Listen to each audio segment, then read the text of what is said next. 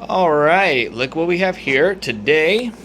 I just picked this up today in the blistering 100-degree heat in New England. Their story behind this TV is as follows. Uncle of this already old lady, but her uncle was like 92, passed away. He was living in a house that her grandparents lived in and passed away at some point in the farther past. And they never really threw away anything, and this is what I pulled out of the house. This house had everything original. I mean everything. Old bathtubs, everything. This house was built in 1925, and this thing is it's a Ford Philco, 1971 Ford Philco vacuum tube hybrid. So it's got transistors. It's color set. It's low hour. The drivers are barely turned up on this thing. There is a little bit of a cataract, but nothing too crazy. The only there's no scratching on the cabinet. The only damage to the cabinet is here. You've got these beautiful legs here. Sexy TV legs. And you got the Archer antenna with the bow tie. It's kind of dusty. Antenna's dusty as fuck. And I don't think this thing's been turned on in close to 20 years. I'm probably going to do an inspection of it before I turn it on, and once I ever do attempt to turn it on, I'm going to use a Variac like I did with the Motorola. Hopefully I'll have better luck with this thing than the Motorola. The Motorola is still in waiting for a repair. I haven't got to it yet. The antenna is still on this, and it's not broken. I checked. It's just really stiff to move. It needs a little bit of lube to go out. You got a VHF, UHF, and on the back here you got the chassis number here, which is 20QT74. This thing is not exactly a cutie though. It's more of like a dusty old grumpy hag of a TV, but it is indeed. The plug's in nice shape. Everything's looking pretty good down here. You got sharp and normal peaking. Service position. Normal. I'd rather be, I don't want to be normal, I want to service this. So I don't know a whole lot about vacuum tube TVs in general. I'm still very new to this. This one is particularly strange though because it is a hybrid.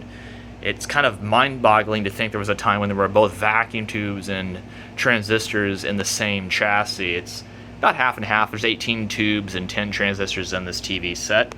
Low hour again, so this thing's in a lot better shape than the Motorola. And right just behind it over here is the Heath kit I got a little further while back for free as well. I got both these sets for free. They're both low hour. This one's super low hour but has conversions issues that I need to fix. I'm recapping it. This thing probably needs a recap. I don't even know.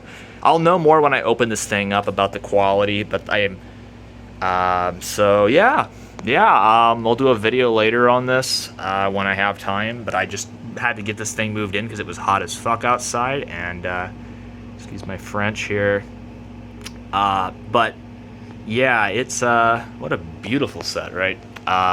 You just beautiful.